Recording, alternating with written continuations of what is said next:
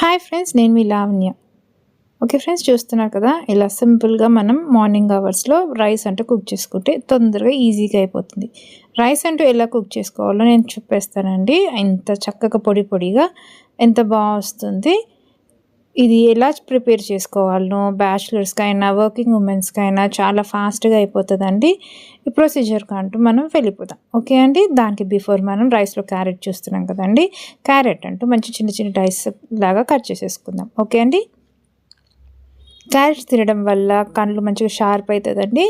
క్యారెట్లో ఏ vitamin అనేది ఉంటుంది కాబట్టి ఐస్కి చాలా మంచిది. ఓకే ఫ్రెండ్స్, ఐస్ ప్రాబ్లం ఎవరికన్నా ఉంటే క్యారెట్ అంటూ ఇలా రైస్లో వేసుకొని రెగ్యులర్గా రైస్తో పాటు క్యారెట్ కూడా తినేసేయండి. ఓకే ఫ్రెండ్స్, నేను ఇప్పుడు మీకు మెజర్మెంట్ అంటూ చెప్తున్నానండి.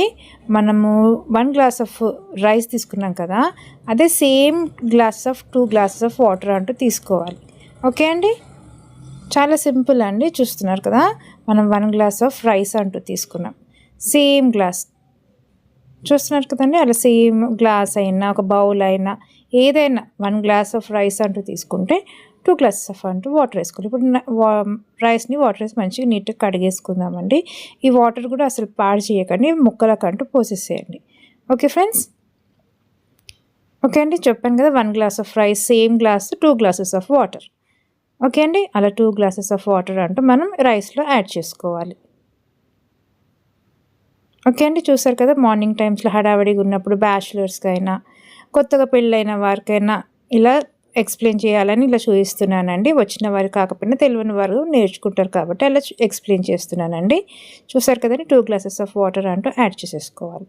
అంతే అండి, మనం 2 గ్లాసెస్ ఆఫ్ వాటర్ తీసుకుంటే 4 గ్లాసెస్ ఆఫ్ వేసుకోవాలి వాటర్. ఇప్పుడు మనం ఇందులో క్యారెట్ అంటూ యాడ్ చేసేసుకుంటున్నాం. నేను చూపించాను కదండి. ఇప్పుడు కొద్దిగా ఆయిల్ అంటూ వేసుకుందాం.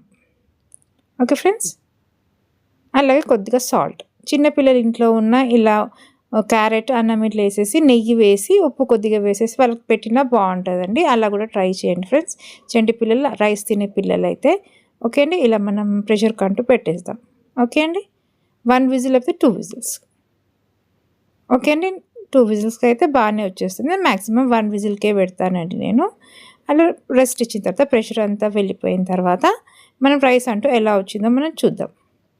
చూసారు కదండి, ఎంత చక్కగా పొడి పొడిగా వచ్చిందో. మనము కరెక్ట్ మెజర్మెంట్ వాటర్ అంటూ యాడ్ చేసాం కాబట్టి మనకు వాటర్ అంటూ ఎక్కువ తక్కువ కాకుండా ముద్దలా కాకుండా మంచిగా పొడి పొడిలాగా వచ్చేసింది.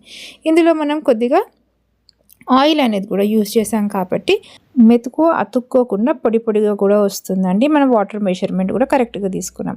ఓకే ఫ్రెండ్స్, కొద్దిగా సాల్ట్ కూడా వేసాం. ఇంట్లో చంటి పిల్లలు ఉంటే ఈ రైస్లో కొద్దిగా నెయ్యి వేసేసి కొద్దిగా ఉప్పు యాడ్ చేసేసి ఇట్లా క్యారెట్తో పెట్టేయచ్చు. ఓకే అండి, మేము ఈ రైస్ ఇలా ఆమ్లెట్ వేసుకొని ముద్దపప్పు అండ్ బీరకాయ పచ్చడి ఇది వేసుకొని తిన్నామండి. చాలా టేస్ట్గా చాలా సూపర్గా ఉందండి. వర్కింగ్ ఉమెన్స్ అయినా బ్యాచిలర్స్ అయినా ఇలాంటి ఈజీ రెసిపీస్ అంటూ మీకు చాలా పెట్టానండి. మీరు తప్పక వాచ్ చేయండి ఫ్రెండ్స్. మన ఛానల్లో అంటూ మంచి మంచి రెసిపీస్ అంటూ ఉన్నాయి. మీరు తప్పక వాచ్ చేయండి ఫ్రెండ్స్. కొత్తగా నా ఛానల్ ఎవరైనా చూస్తే తప్పక సబ్స్క్రైబ్ చేసుకోండి ఫ్రెండ్స్. చూస్తున్నారు కదా ఎంత మంచిగా పొడి పొడిగా కనిపిస్తుందో. మీరు తప్పక ట్రై చేయండి. మీకు ఎలా వచ్చిందో నా కామెంట్ రూపంలో తప్పక తెలియజేయండి ఫ్రెండ్స్. ఓకే ఫ్రెండ్స్, మరో మంచి వీడియోతో మళ్ళీ కలుద్దాం. నమస్తే.